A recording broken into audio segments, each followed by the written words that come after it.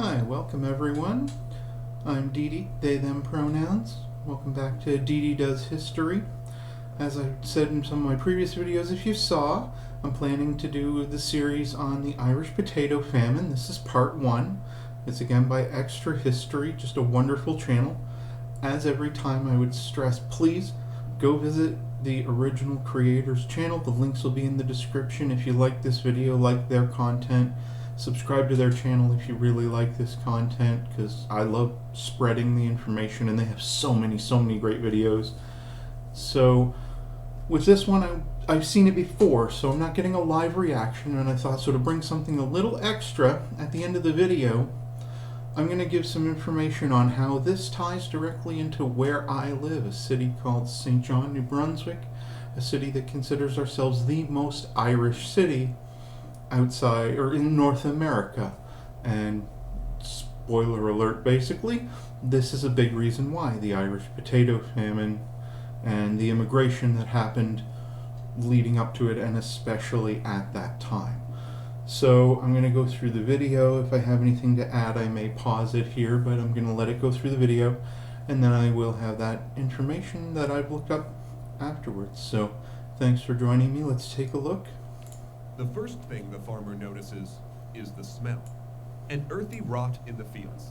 The Irishman walks into his potato field to find the plants turning brown and wilting. He digs up a tuber and finds it slimy like a bar of soap. When he slices it open, brown mucus oozes out. The whole crop is the same. It'll be a hungry year, but he will survive, because this isn't Ireland in the famine year of 1845. It's the United States 2 years earlier, and this man has no idea how this blight will devastate the country of his birth.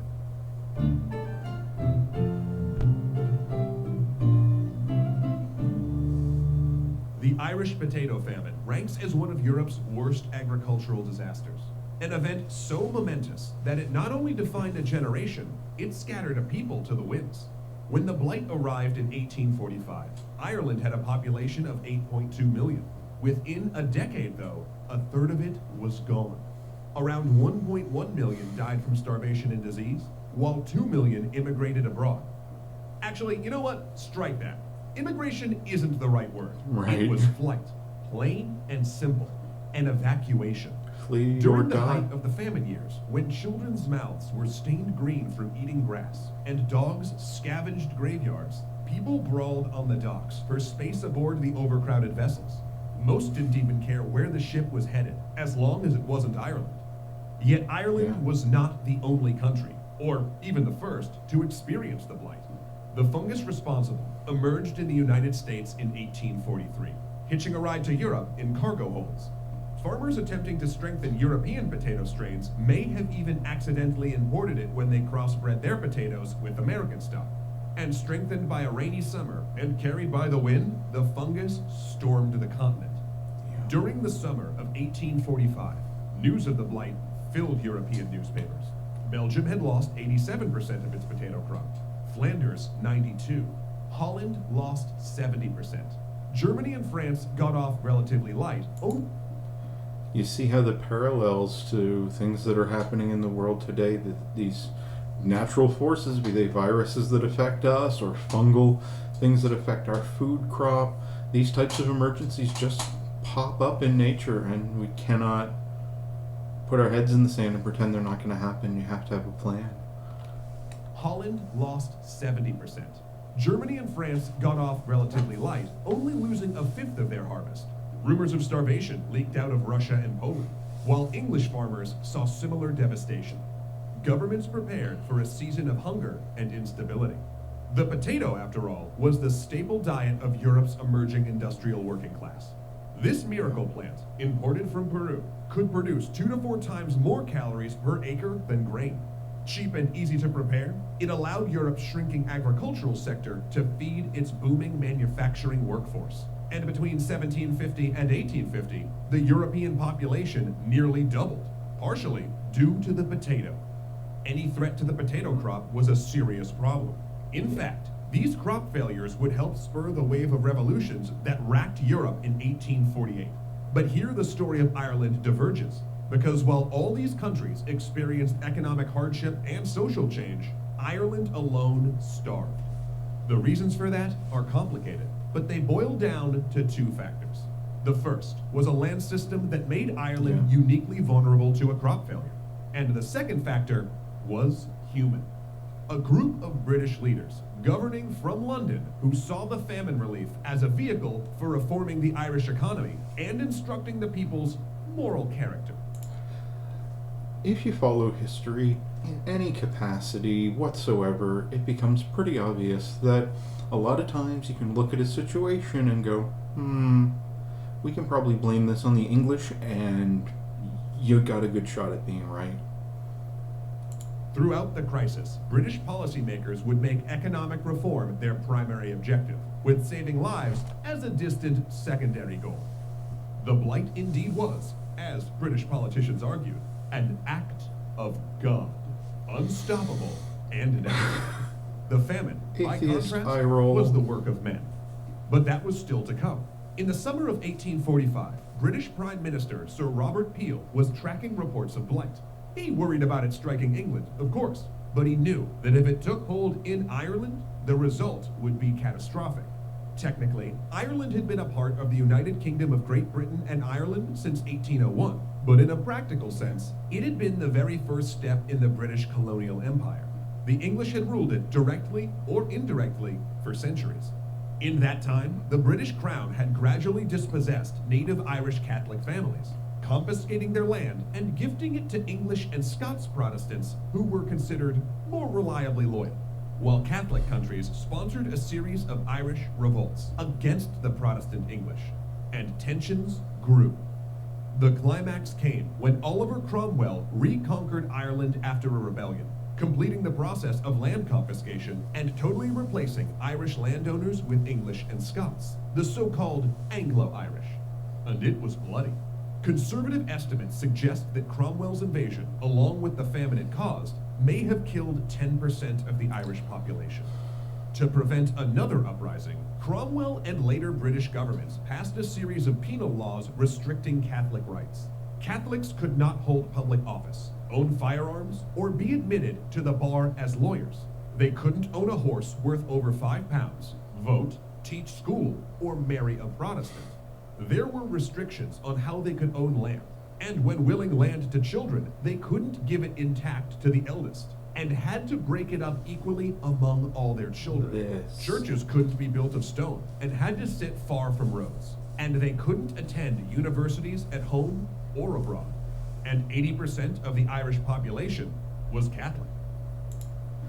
That part about having to split up the plots of land becomes so important as to why this uniquely devastated the Irish population. These laws were designed to bar Irish Catholics from all forms of political and economic advancement. And while they were gradually repealed, the last vanishing in 1829, it would take generations for the Irish to recover economically. And on top of that, these landlords charged astronomical rent on the land, barely allowing the native Irish farmers to survive. And the whole thing took place in a system of middlemen so convoluted that, okay, here's an analogy. Imagine someone owns an apartment building today. That's the landowner. They don't want to manage it, so they pass it off to a middle person to manage. Now the middle person wants to make a profit and knows there's a lot of demand, so they jack up the rent. And to make more profits, they subdivide some of the larger apartments into smaller ones. Now, under the pressure of making this exorbitant rent, some of the building's tenants start to get roommates or rent some of their bedrooms on Airbnb, further subdividing their own apartment. Wow, this sounds really familiar. Oh, hi NYC, I didn't see you in this analogy. Anyway, that's basically what happened to Irish farmers. In fact, some of the landowners, known as absentee landlords, hadn't even lived in Ireland for generations. The trend was bad. Then events made it worse. During the Napoleonic Wars, Irish goods suddenly became a major part of British imports, as the war cut off suppliers in France. Things improved for the Irish, with many turning to new manufacturing jobs. But then, Napoleon was defeated, French goods returned, and the burgeoning industrial sector collapsed. Out-of-work weavers and tradesmen flooded the countryside, engaging in ludicrous bidding wars for small plots of farmland, promising to pay rents the land could never sustain. Irish farmers began cultivating land that had never been farmed before: rocky hillsides, beaches, and bogs. The land, subdivided already through the inheritance laws and the greed of landowners, got subdivided further. And middlemen for those landlords, increasingly disappointed with returns from potato farmers, evicted whole villages to use the land for cattle raising, which squeezed the farmers even further. By 1841, 45% of all agricultural holdings were under 5 acres, a consequence of population explosion paired with a land system that depended on chains of landlords, often 3 or 4 deep, leading back to England. Only one thing allowed people to survive. You guessed it, the potato. A single acre of potato plants could produce 6 tons of crop per year, enough to feed a family of 6. No other crop provided such a yield. But many Irish families were larger than that, and the rent still had to be paid. In the decades leading up to the famine, the shrinking plots of land gave most no more than a subsistence living. Ireland was already the poorest country in Europe. Before the subdivision, most families at least had a cow. But in the decades before the famine, the more expensive cow disappeared, replaced by a pig. Milk, butter, eggs, and herring disappeared from the peasants' diets. Cash crops like barley and oats vanished, replaced by more potatoes. Visitors were shocked at the depth of Irish poverty.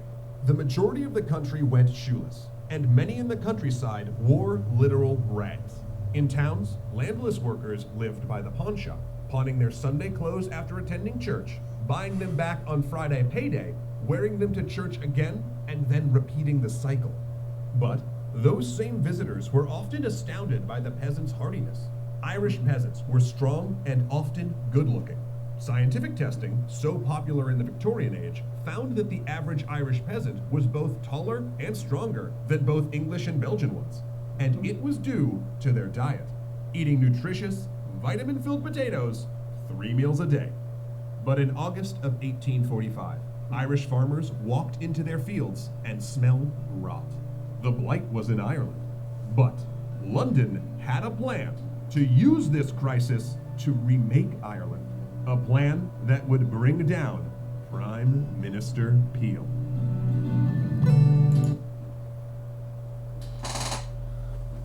So you see where that all began and some of the things that led up to how their economy was structured so that they had become completely reliant on the potato as a crop. And so, as I had said at the beginning of the video, in connection, there's a lot of Irish population here where I live, right in Atlantic Canada. We're right on the Atlantic Ocean, one of the closest ports to Ireland. And so between the years of 1815, which was when Irish immigration, the first wave started, and when Canada was confederated into a country in 1867, more than 150,000 immigrants from Ireland came through St. John. Sailing to St. John from Ireland was considerably less expensive than sailing into, say, Boston or New York. And therefore, many of the immigrants arriving in the pre-famine years in 1820 and 1840 really had no intention of staying in the city longer than it took to raise enough money to move on. It wasn't until after 1840 that those arriving in St. John were usually too ill or too poor to move on. It's estimated that in the years of the famine between 1845 and 1847, some 30,000 Irish immigrants arrived here, which was more people than the population of St. John at the time that they began. So, and according to a bit later on, the 1871 census data, at that time 54% of the population of our city, St. John, was Irish in origin. So all of that information I went over, I'm going to put down in the comments, in the description below, sorry. Anything you have to add would be awesome. Put it in the comments if you have suggestions on what to cover when I'm through with this series. I'm going to be trying to upload these one a day until we get through this and then see where we go from there. But I thank you so much for visiting the channel. I hope you're enjoying this series. As always, like, comment, subscribe, and definitely check out the original creators. extra history through the Extra Credits channel. Of course, that's all going to be linked in my information as well. Thank you. Have yourselves a great day.